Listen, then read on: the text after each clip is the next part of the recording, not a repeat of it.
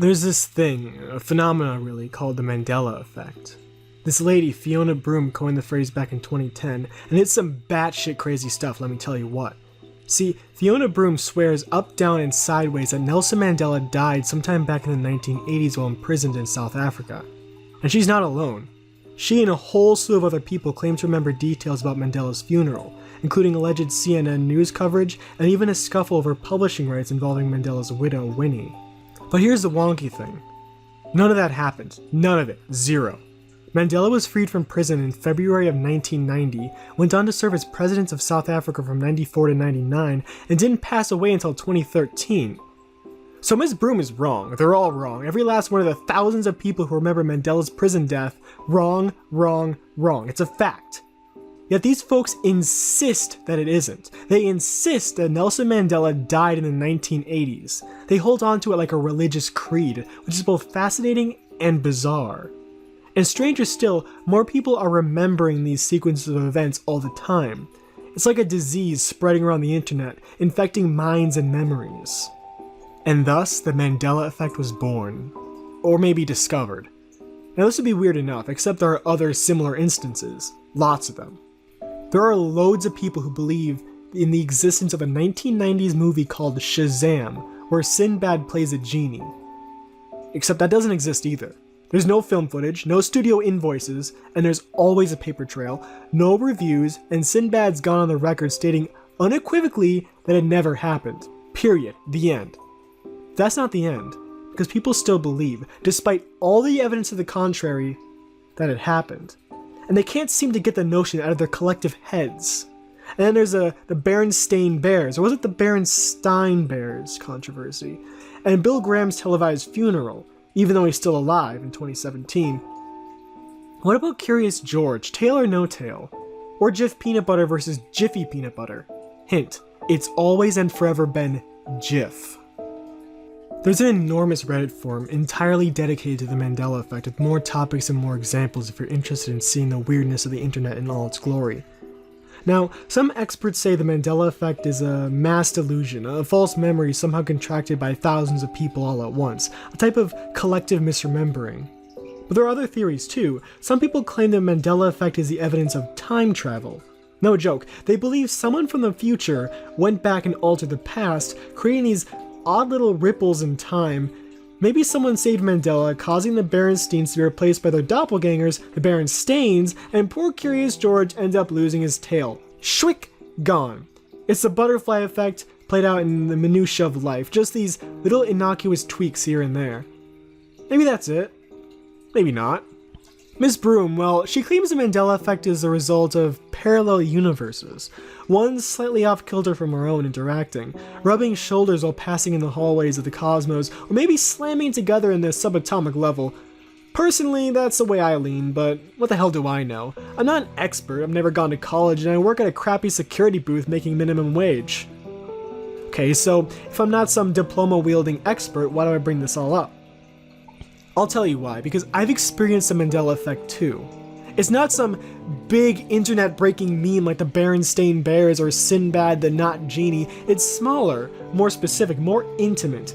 But if the fucking Mandela effect is real, then this is in the spades. It has to be because I don't know how else to explain it. My Mandela effect has to do with the house at the end of North Cedar. I know it's real because the place almost fucking killed me. And it did kill Jackie Morgan and Mark Lehman, that's a fact. Murdered both of them. Though it all got blamed on a train accident. It wasn't a fucking train accident! Not by a country mile. Okay. Let's roll things back a scoosh. I grew up in Lusk, Wyoming. It's this little dirt speck of a town, maybe 1,500 people, sandwiching in the US 85 like 2 pieces of stale bread rotting from age. It's the kind of place that hardly warrants map space, the kind of place people drive through but only because they're heading somewhere better, cleaner, nicer. Also because of lots of old brick buildings, remnants from a different era, run-down motels, shitty glass-fronted diners, and even shittier gas stations, truck stops. Every vehicle in town is liable to be a pickup. All of them are old, rusted out, and of course American-made. It's a pro-dunk town full of cow shit-covered farmers, bored-ass rednecks, and wrinkle-skinned retirees. All that said, there is one interesting thing about Lusk. And that's a house at the end of North Cedar past Jefferson Street, all the way at the edge of the cemetery. It's an old, dilapidated American four-square perched on the top of a small rise, snuggling back among the clusters of dark pines and leafy oaks. I can still see it perfectly in my head, just like an old photo. The sprawling front porch framed by squat square columns, the boards all worn and slightly warped, the white paint stained and peeled, dull windows running along the front both upstairs and down, staring at the world like the menacing eyes of some giant spider. It had this kooky weather vane on top, an antique brass rooster riddled with green pockmarks, just like a giant middle finger to the world. That damn weather vane always stands out in my mind. Anyway, this place scared the absolute holy bejesus out of me as a kid. Me and my pals Jackie Morgan, Caroline Buckner, Mark Lehman, we called him Scooter, and Danny Carlisle. We go riding by it sometimes. We do it on a lark, just tear ass past, pedaling our bikes a million miles a fucking hour, sure that something would burst out beneath the front porch, either that or come barreling out the front door, jaws yawning wide, yellow claws raking at the air, ready to disembowel the lot of us. I don't really know why we thought that. No one lived there. The place was vacant and perpetually empty. We never seen anyone go in or out, but the thought, the fear persisted nonetheless. All of that is to say, I remember the house in razor-sharp detail, and I remember what happened there, back in June of '95.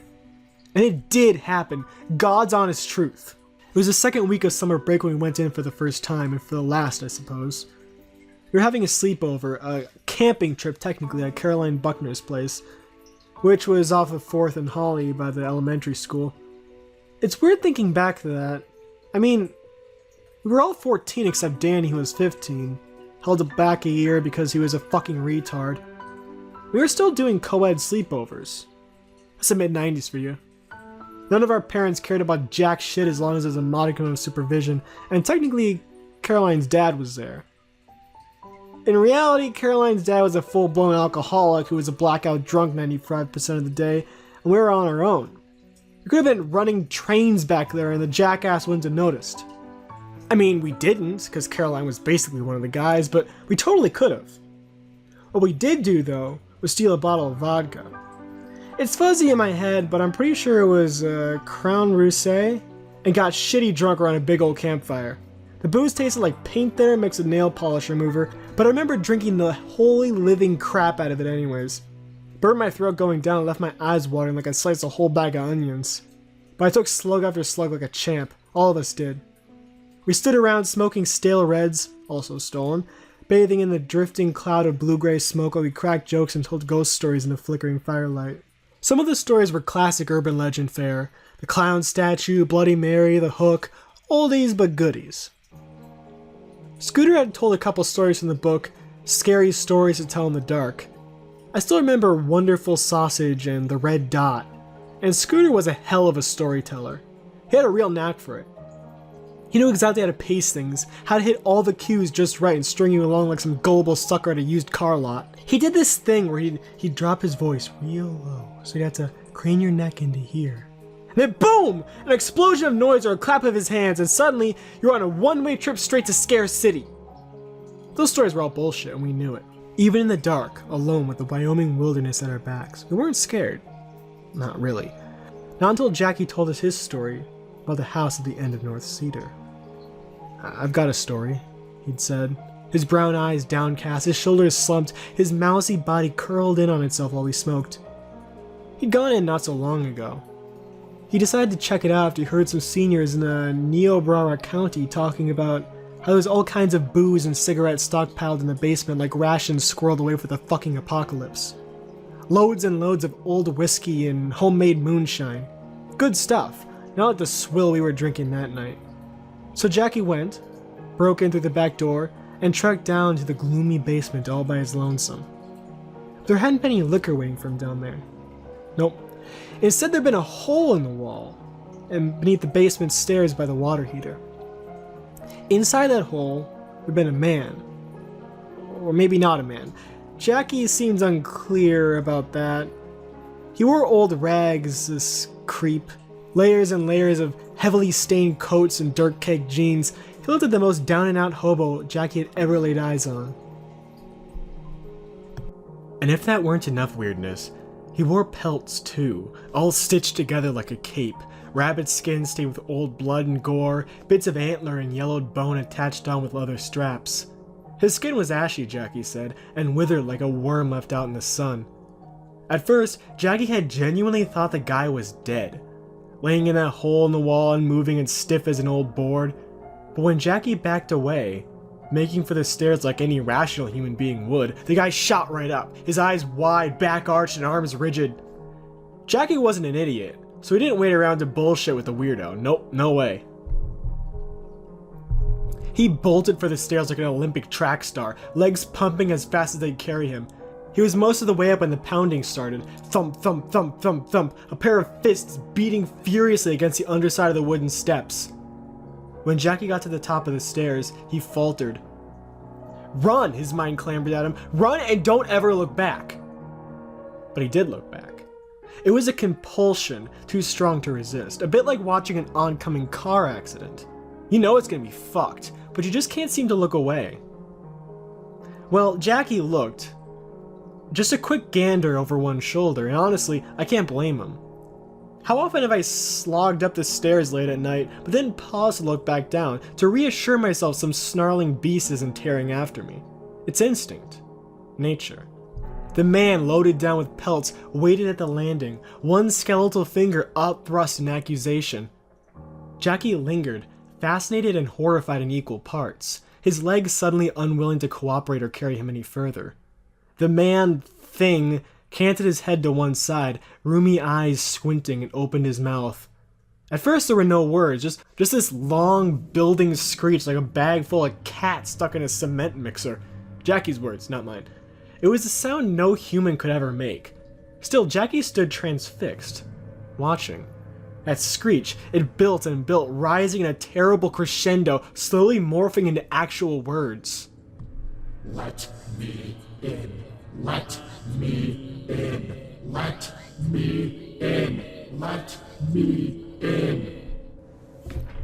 The words were a constant stream, screamed from 1,000 different voices all at once, each one slightly out of key with the other, but all coming from the same mouth. That awful racket, it seemed, finally broke the strange spell rooting Jackie in place. He turned, darted into the foyer, and ran out the front door like hell was on his heels. Jackie shrugged when he finished telling us the story, then ran a trembling hand through his sandy blonde hair. He tried to play it cool, but he failed. He was scared. We all could see it. Probably just some hobo hitching on the rails, he'd said at the time. He'd said after a time. That was possible. It wasn't unheard of for hobos to occasionally stop over in Lusk for a day or two, since the Union Pacific rail line curved just north of town and south of the cemetery. We all bobbed our heads in agreement, but we also edged closer to the fire because none of us believed it. The red dot might have been bullshit, but that was something different. We all felt in the gut, I think, that this was a real thing. A confirmation of something we'd always believed deep down. Sometimes I wonder if our belief is what opened the door to that hellhole in the first place. Doesn't really matter, I suppose. We were quiet for a while, smoking our cigarettes, passing around the cheap vodka, all fun ghost stories discarded and done away with like spent party favors. Everyone was shaken, but okay. Right up until that moron, Danny fuckchard Charliesel, had to go and open his drunk idiot mouth. If anyone should have died in there, it should have been him. After all these years, I could still hear Danny's voice echoing around the campfire, his words slightly slurred and blurred on the edges. Holy shit, guys! Let's fucking go there! He swayed drunkenly on his leather shit kickers. I think Jackie's full of cow pies. His eyes are turning brown from all the horse shit he's spouting. So I said we call him out. Go over that dump and march right down to the basement. And there's some hobo! He sneered and grabbed his crotch in a fuck him gesture. No one wanted to go, of course. We all felt the weight of Jackie's story, the uneasiness of his words. But we were young, dumb, and full of cum. And even more importantly, we were full of cheap vodka. Way, way, way too much cheap vodka. Fucking Crown Roos. Besides, even though no one wanted to go, no one wanted to say so and be singled out as a pussy. Even Caroline, who legitimately had a pussy, didn't want to get slapped in with that moniker. Shit, if anything, she was even more go-hung, eager to prove she was braver than any dick-swinging dude in our crew. So like the teenager idiots we were, we went. None of us had a car, so instead we loaded up on our bicycles, a mix of Treks, Huffies, and vintage Schwinns, and pedaled our drunk asses across town, sticking to the dusty back roads to avoid getting caught, and up to a godforsaken house at the end of North Cedar. It was as dark as the heart of the ocean when we got there. The moon, a sickly thumbnail of silver hanging in the sky, was so obscured by rolling clouds that it was as useless as tits on a helicopter. We had camping flashlights, though. Big ol' yellow sons of bitches that required a battery as big as a baseball to run. Danny was the first one to turn his on, cutting through the deep cemetery gloom with his yellow beam. The house looked the same as it always did. Same boxy columns, same chipped paint, same dull windows, except now the front door was open, waiting for us. Just a crack, understand, showcasing a thin crease of inky black. But it was fucking open. If there had been one brain cell between the whole lot of us, we would have turned back right that second and screw youthful pride right up its ass. But here's the thing about being young. You think you'll live forever. Everything's a joke and a dare because nothing bad can happen to a 14-year-old. Not anything really bad, like death. Let's do this shit, Danny said, overflowing with false bravado, cracking his knuckles like he was getting ready to wade into a fistfight instead of the mouth of hell. Yeah, I replied with a nod, trying not to sound like a colossal piece of chicken shit. Does that mean you're volunteering to go first? Scooter asked, his gaze shifting nervously between me and the barely open door. His question hung in the air. Every eye was fixed on me, expectant for my answer. You a pussy, dude? Those stares inquired. You all talk, or you got the balls to back it up? Yeah, obviously, I replied with a sniff and an eye roll. It's just a shitty old house. And if there's some cracked hobo? I paused, bent over, and picked up a rusty piece of rebar laying on a pile of loose scree. I'll fucking show him what's what. The rebar in one hand and my square flashlight in the other, I soldiered forward, leaving the others to trail behind me. I took a deep breath and trudged up the steps. The old wood bowed under my weight, letting out soft moans and groans as if the house were a living thing. I flashed the light across the windows, but the curtains, dreary yellow things, were closed tight, obscuring the interior. I used the length of rebar to nudge the door open, swinging my bean into the foyer. A fine layer of dust recently disturbed by the passage of feet, Jackie probably, covered the hardwood floors, which were heavily scuffed and stained. Floral wallpaper, bubbled, deeply cracked, and sporting more than a few splashes of graffiti-decorated walls. I inched into the room and swept my flashlight left. The beam washed over a boxy living room with the same tattered and peeling floral print. There was an old couch pushed up against the far wall, an ugly thing of faded orange and yellow fabric, which had to be from the 60s. Most of the curtains were slashed open, trailing white stuffing like gory ropes of intestine. There was also a stained mattress in the center of the floor, covered in empty beer bottles and old piss stains which reeked of the inside of a porta-john. The whole house smelled like that. Fucking gross. Further on, connecting to the living room, was a square dining space with a great big old table which lay in pieces on the floor, all its legs ripped off and scattered. Nothing that way either. I paused for a moment, stealing a peek over one shoulder at my friends who were lined up on the porch behind me, clustered together looking small, pale, and frightened to their toes. Come on, I said. The stairs must be over that way. I jerked my head to the right and moved deeper into the house. There was a kitchen up ahead, the floors covered in green linoleum. The few appliances that remained, a beat-to-shit gas stove and a drunkenly leaning fridge with the door hanging open, were so dusty I could tell they hadn't been used in ages. A lone chair, wooden and high-backed, sat in the middle of the room. There was a big staircase hugging the right wall, shooting up like an arrow, but I didn't see the stairs leading down. There were two doors, though, situated between the kitchen and the staircase, and both were closed up nice and tight. I adjusted and readjusted my grip on the length of rebar, my palms slick and sweaty, and headed for the pair of doors. The floorboards squeaked and squealed and my friends followed, completely silent except for their footfalls and the sounds of heavy breathing. I padded closer to the pair of doors, a creeping dread building in my stomach and clawing at my throat like a bout of nausea. I pushed it down, determined not to pussy out. Which door to pick was a coin toss, so I tucked the flashlight beneath my armpit and pulled open the one on the left, closest to the kitchen. I let out a ragged sigh of relief as my light splashed over the interior of a small bathroom, with a chipped clawfoot tub, a porcelain sink, and a broken mirror. The jagged pieces carpeting the floor. One down, one to go. I scooted over to the next door. This time hesitating, my hand quivering on the knob. Sweat broke out across my forehead, and my heart thumped like a jackhammer in my chest. More than anything in the world, I didn't want to open that door. I didn't want to go down to the basement and meet the hobo in the furs. It's a fucking holdup, Caroline taunted from behind. You lose your nerve, Mac? Maybe you need to grow a pair. Might be. I have some I could lend you. She grabbed at her crotch, then earned a chorus of nervous, muted chuckles. I absently flipped to the bird in reply, steeled myself and yanked open the door, ready for the faceless monster to pounce. The door whooshed out, and there was no monster waiting, no man loitering at the foot of the stairs demanding I let him in. I took the wooden steps slowly, descending into the dark as the hairs on the back of my neck stood stiff. There were spaces between each step, and I couldn't help but envision a pale white hand shooting out and wrapping around my ankle, clapping down like a vice, and then dragging me away. But there was no hand or ankle grabbing, just as there had been no murderous hobo. The basement was gloomy and dank, but no creepier than the rest of the fucked up house. Some old boxes, warped and moldy from the accumulated moisture, took up space against one wall in copper tubing.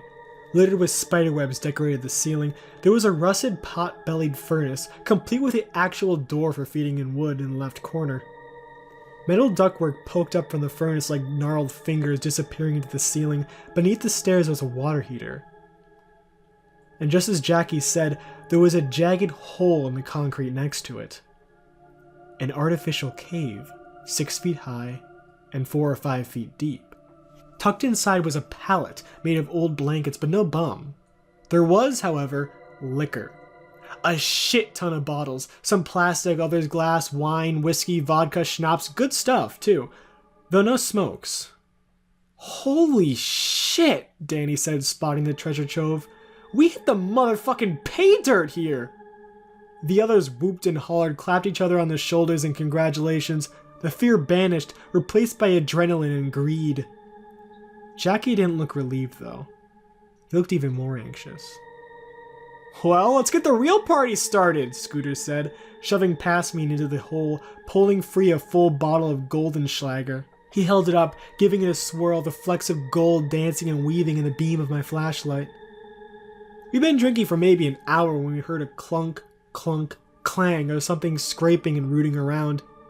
It sounded like an animal, a big one. Everyone fell deathly silent, eyes going wide and wild as the sound came again. Clunk, clunk, clang, louder this time. In the quiet, it wasn't hard to tell where the noise was coming from.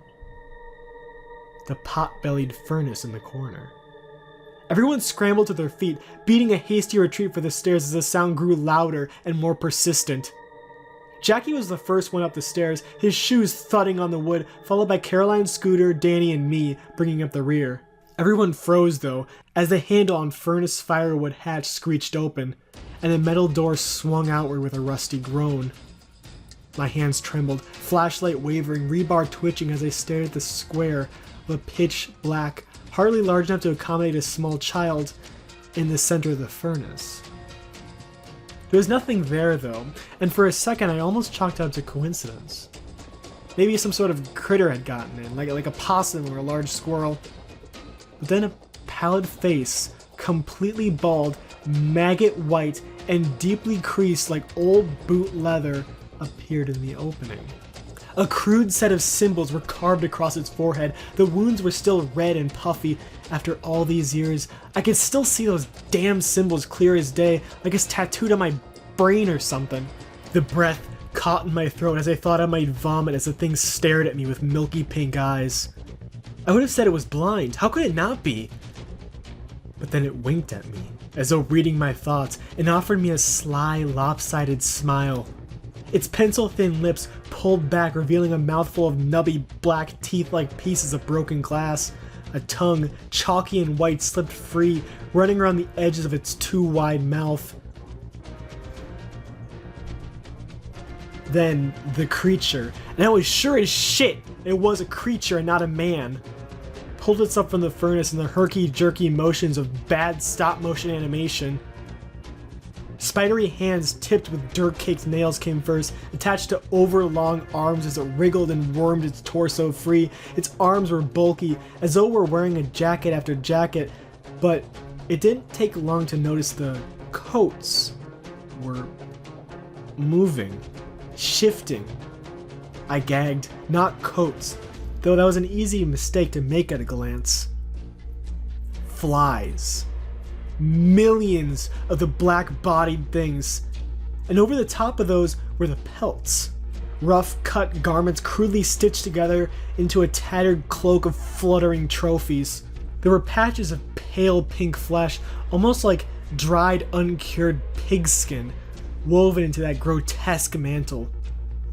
One piece of leather, a little larger than my palm, had a faded tattoo on it. A pair of praying hands of the rosary wrapped around them like a noose. Holy fucking McFuckerson! Danny screamed from behind me, grabbing my shirt with a meaty palm and pulling me on, his words bristling with unapologetic terror. It seemed to jar everyone to frantic motion, and we all broke like a herd of stampeding cows. Unlike Jackie, I didn't pause when I reached the top. I didn't need to, because I could hear the thing scrambling and skittering over the concrete floor, drawing ever closer. I knew it hadn't made to the stairs yet, but I could almost feel it reaching for me, its hot, fetid breath brushing up against the nape of my neck. I darted through the entry. Danny promptly slammed the door shut behind me with a booming thunderclap. "Get the fuck out of my way!" Caroline hollers, sprinting towards us with the lone chair from the kitchen.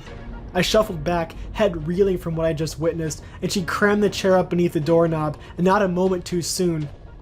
The second she had wedged it firmly in place, the door handle rattled and shook, followed by a fist slamming against the wood. Thunk, thunk, thunk. I stared at the door, trapped and immobilized, and then the creature shrieked, an inhuman noise like a buzzsaw cutting into a piece of sheet metal. Let me in. Let me in. Let me in. Let me in. "Let's go," Danny said, tugging on my shoulder. I didn't need much prompting. I wheeled around and beeline for the front door, except Scooter was already there, desperately turning the knob trying to pry the door open. It didn't budge.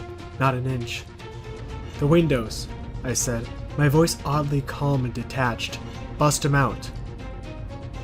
Jackie was moving before the words were even out of my mouth, sprinting towards the windows in the living room. He threw back the musty yellow curtains but faltered, confusion and fear dashing across his face in turns. It was easy to understand why. Instead of cloudy glass staring out of the forlorn graveyard, there was simply a sheet of implaceable wallpaper. Smooth and seamless, as though no window had ever existed there. Caroline tried the windows near the stairwell leading to the second floor. More of the same. Just blank walls covered in that gaudy floral print. Another crash from the basement doorway drew my eye. The creature was still shrieking in its "let me in" hymn, but now it was working over the door like a boxer going to town on the heavy bag. The door rattled in its frame, the wood bowing and splintering with each successive blow. "Back door and kitchen windows," I yelled at Jackie. "Check them all! Everyone else—" I paused, glancing around wild-eyed. "Weapons. Find a weapon. Anything you can use to defend yourself." Everyone scattered, most people heading to the living room and dining rooms, while I made it to the basement door. Since I already had a weapon, and a decent one, I planted myself in front of the basement door, flashlight trained on the cracking wood, rebar raised and ready to go. "It's the same back here," Jackie called out, scampering out of the kitchen, and a pitted butcher knife clutched in one white-knuckled fist. "Door won't budge, and there aren't any windows." He spun in a slow circle like an animal trapped in a cage. "What are we gonna do, Mac? What the fuck are we gonna do?" I shook my head because I didn't have an answer.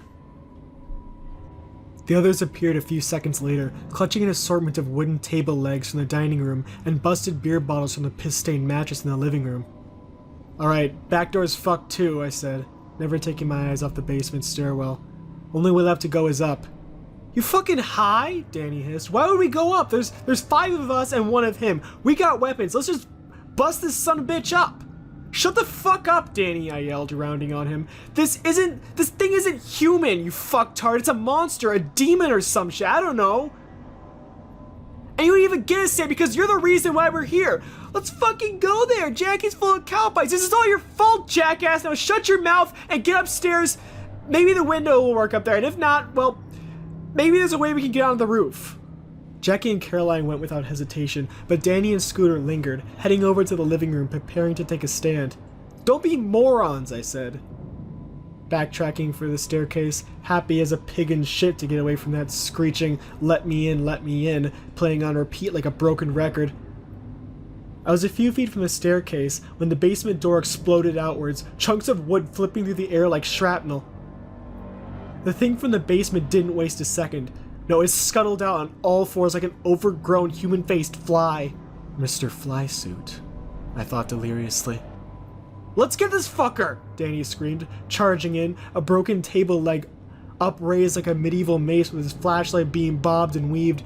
Scooter was a step behind. I rounded the stairs but had to stop. I had to stop and watch. I honestly can't say why. Mr. Flysuit was skinny, even with the layers of shifting flies carpeting its body, but it moved like a snake and hit like a Mack truck. Danny lashed out with his club, a wild swing which sailed clear over the creature's head. The demon shot inside his guard and blasted him in the chest with a closed fist, lifting Danny into the air and flipping him ass over tea kettle. He crashed in a heap, not far off, limbs splayed, eyes hazy from shock. I hesitated, eyeing the stairs, and then Danny, the stairs, and then Danny. Finally, I rushed over, helping the moron to his feet, glancing up in time to see Scooter lunge forward, thrusting a broken bottle towards the thing's face. Flysuit batted aside the attack with lazy ease and leaped like a pit bull, nails slashing into Scooter's throat, drawing a deep line of red across the skin. Scooter dropped the bottle and staggered back, clutching his ruined neck, mouth wide as blood leaked between his fingers. Flysuit wasn't done. It tackled Scooter around the middle, driving a shoulder into his gut and bringing him to the ground. I tore my eyes away. There's nothing we could do here. Not for Scooter, maybe not for ourselves. Instead, I turned and dragged Danny up the stairs, pursued by the gut-wrenching sound of Mr. Flysuit chewing and slurping. There was another door at the top of the stairs, but Jackie and Caroline were gone, vanished. Danny and I shoved our way through, leaving Scooter to die. Guilt riding my back like a monkey. The door swung shut, and darkness enveloped us, save for the meager illumination our flashlights provided. But there wasn't anything for our flashlights to illuminate. The room, if it really was a room, seemed to stretch on forever with no walls and no visible end. It was an impossibly big space. There was no way to tell where we were or where we needed to go. There was no sign of Caroline or Jackie either. Danny and I were lost in an ocean in the dead of night without any idea where the shore lay. Where the fuck are we? Danny asked in a harsh whisper, sweeping his light fruitlessly from left to right. Where the fuck are we? He said, this time more to himself than me. I turned around, searching behind me for the door. I found the wall easily enough, covered in the same awful floral paint as before, stretching off in either direction as far as I could see. There was no door. I turned again, pressing my back firmly against the wall and shouted, "Jackie!" I paused and my voice echoed and bounced, oddly distorted. "Caroline?" After a few long moments, Caroline answered. "We're here. We're near the door." Her voice sounded faded, weak, and impossible to pinpoint. It felt like hearing someone shout while underwater. "Follow the wall!" Jackie called. "But watch out for the..." His words guttered and died, as though the house had silenced him before he could spoil whatever surprise it had in store for us. "Jackie? Caroline?" Danny hollered, a hand cupped around his mouth. This time there was no answer. Just crushing, terrible silence and an all-pervading darkness. "Come on," I said, nudging Danny at his meaty shoulder. I turned right and walked, trailing the length of rebar along the wall as I scanned the featureless room for any sign of Jackie, Caroline, or an exit. Danny walked behind me, checking our back trail every few steps to make sure the freak from the basement wasn't tagging along with us.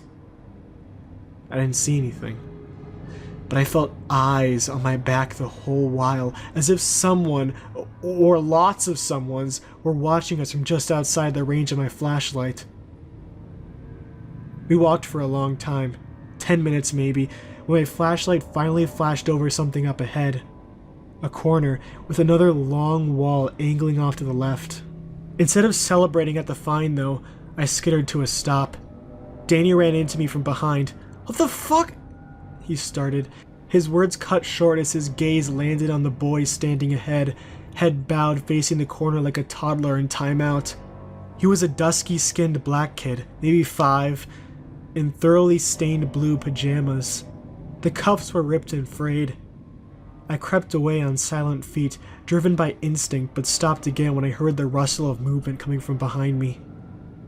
The noise was faint, barely there at all.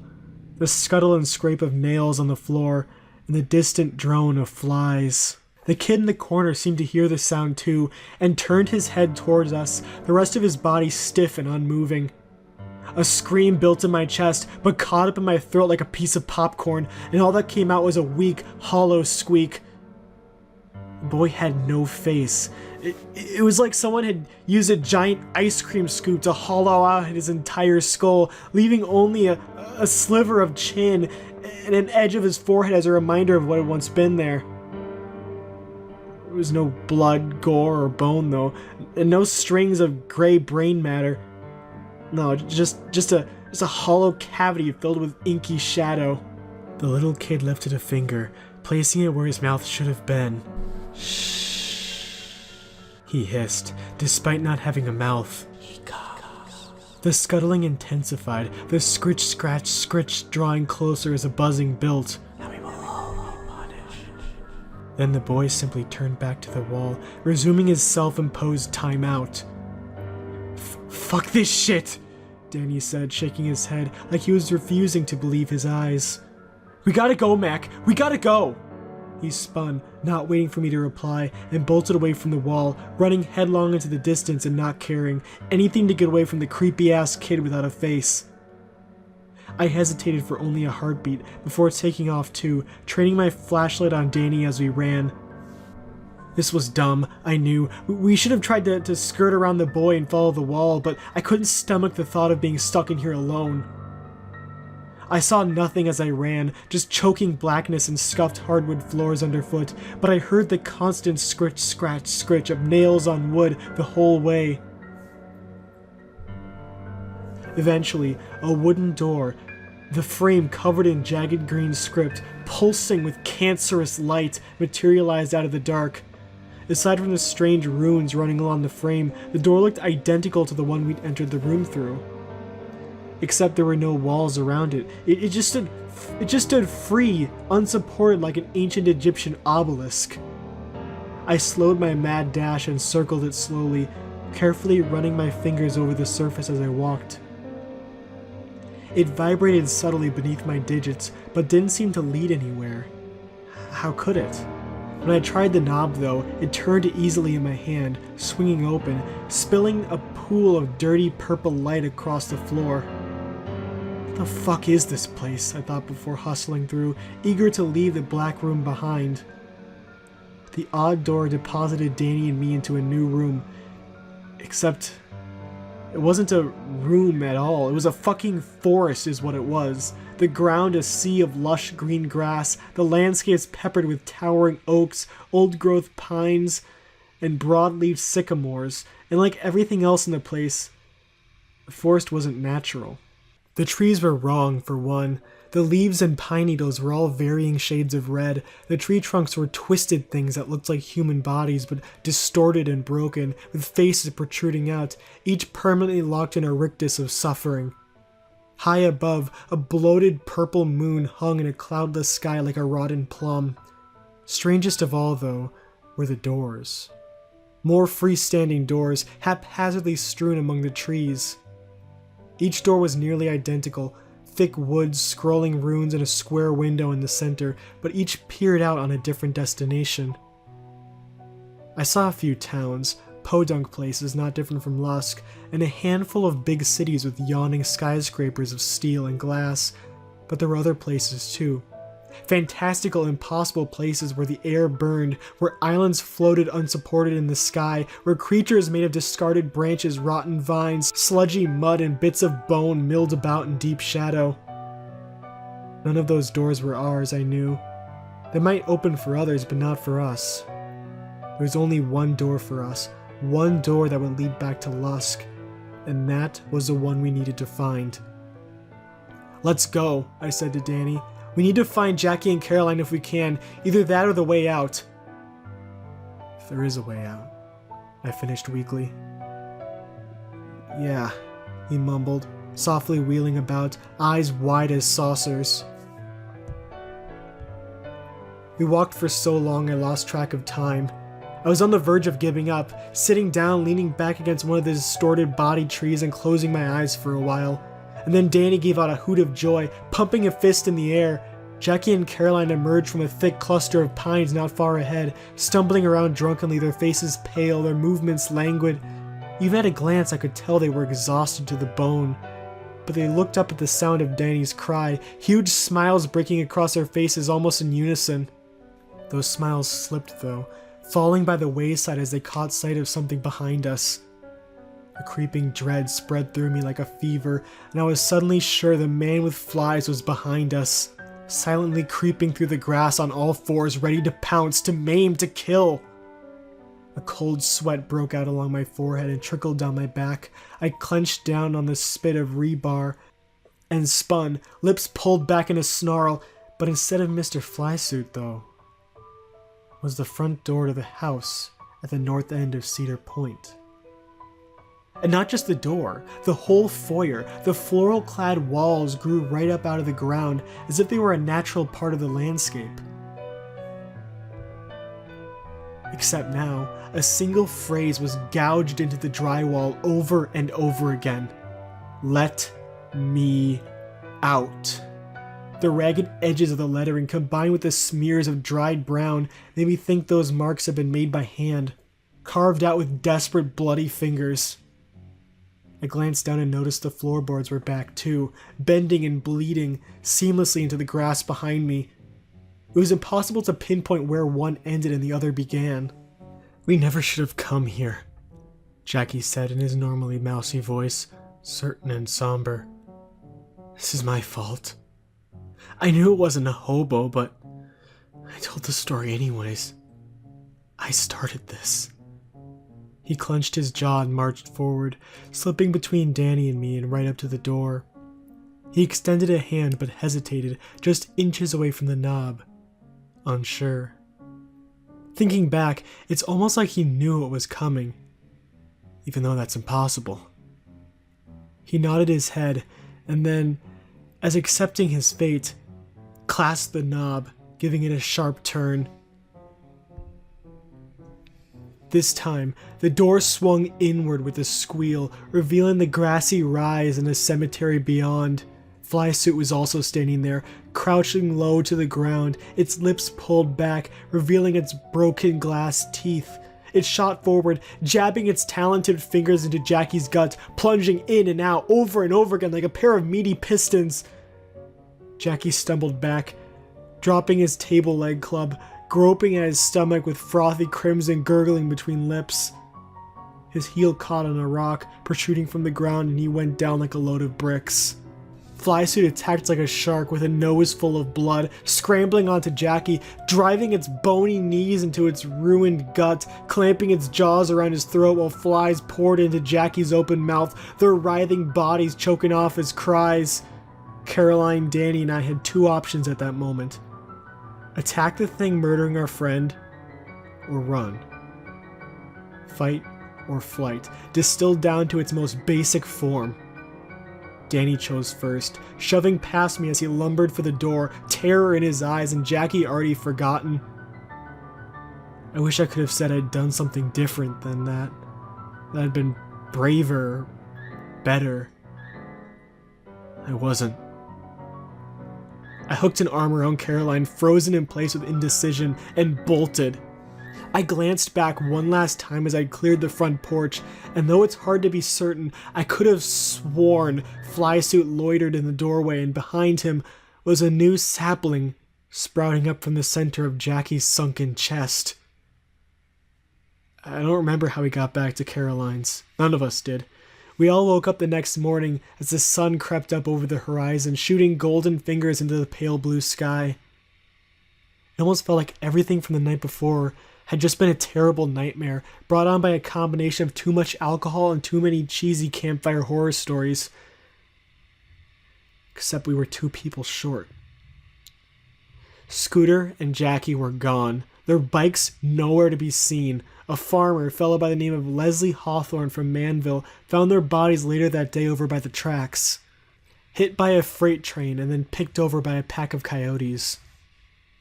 Okay, there it is. It's a story I haven't told a soul, not in 20 years. Now let's get back to the present and back to the Mandela effect. So a couple months ago, I returned to Lusk for my 20-year high school reunion. I didn't go back for the 10-year because I couldn't force myself to see the place again. Not after what had happened. I couldn't stand to look my parents in the eyes, to drive down the 85 or talk with the old crew. Sands, Jackie Morgan, and Mark Lehman. Obviously. I just couldn't do it. I didn't want the nightmares to come back. After 20 years, well, I just threw my hands up and said, fuck it. Fuck it all. The town was more modern than I remembered, but only just. Mostly it was the same shitty brick buildings, the same glass-fronted diners, a few had different names at least, and the same sagging faces, even more tired and worn down by the years. Honestly, the place looked like it had one foot in the grave. One stiff breeze might have blown everything over and wiped the whole place right off the map good and proper. Probably wouldn't be a bad thing. Still, there was some part of me that felt good being there. Going back was this cathartic experience, like I was finally ready to move past everything. To really put it behind me. Naturally, the first thing I did was putter up onto the house at the end of North Cedar in my Camry. The tires bald, the suspension shot, the front window cracked, a huge dent in the front fender. I headed north on 85, South Cedar Street in town, cruising past a mom-and-pop drugstore and the Herald newspaper building, then over to the train tracks on the edge of town proper. I veered left onto North Main Street, a 2-lane cut of asphalt with a squat white plaster propane shop on the right, and headed straight for another 200 feet, which saw me through the stone cemetery gates. I idled past the swath of green grass, studded with tombstones like blunt gray teeth, and into the pine trees on the far side. It didn't take me long to find the rise at the end of North Cedar, the one where the house should have been. But wasn't. I killed the car, unbuckled my seatbelt, and slid out. I frowned, fished a pack of Reds from my pocket, and lit up a smoke as I leaned against the hood of my car. I stood there for a good half an hour, chain-smoking cigarette after cigarette, my arms folded across my sunken chest, nicotine flooding my system, as I stared at the unassuming plot of land. There was an old concrete slab there, pitted and chapped, a foundation. Like maybe someone, years and years ago, had thought about building something out here, but finally decided against it. You can see that slab on Google Maps if you're inclined to check. But there wasn't any sign of the house. No sign of the basement either. It had been 20 years, so my assumption was someone had just leveled the damn place and backfilled the basement with concrete. Except, that's not what happened. It was the fucking Mandela effect. See, I climbed into my car and headed back into town, stopping at this cozy hole in the wall for lunch. I ordered a greasy burger and made an idle small talk with a tired-looking waitress. with a weave of chestnut hair going gray at the temples and deep bags under her eyes.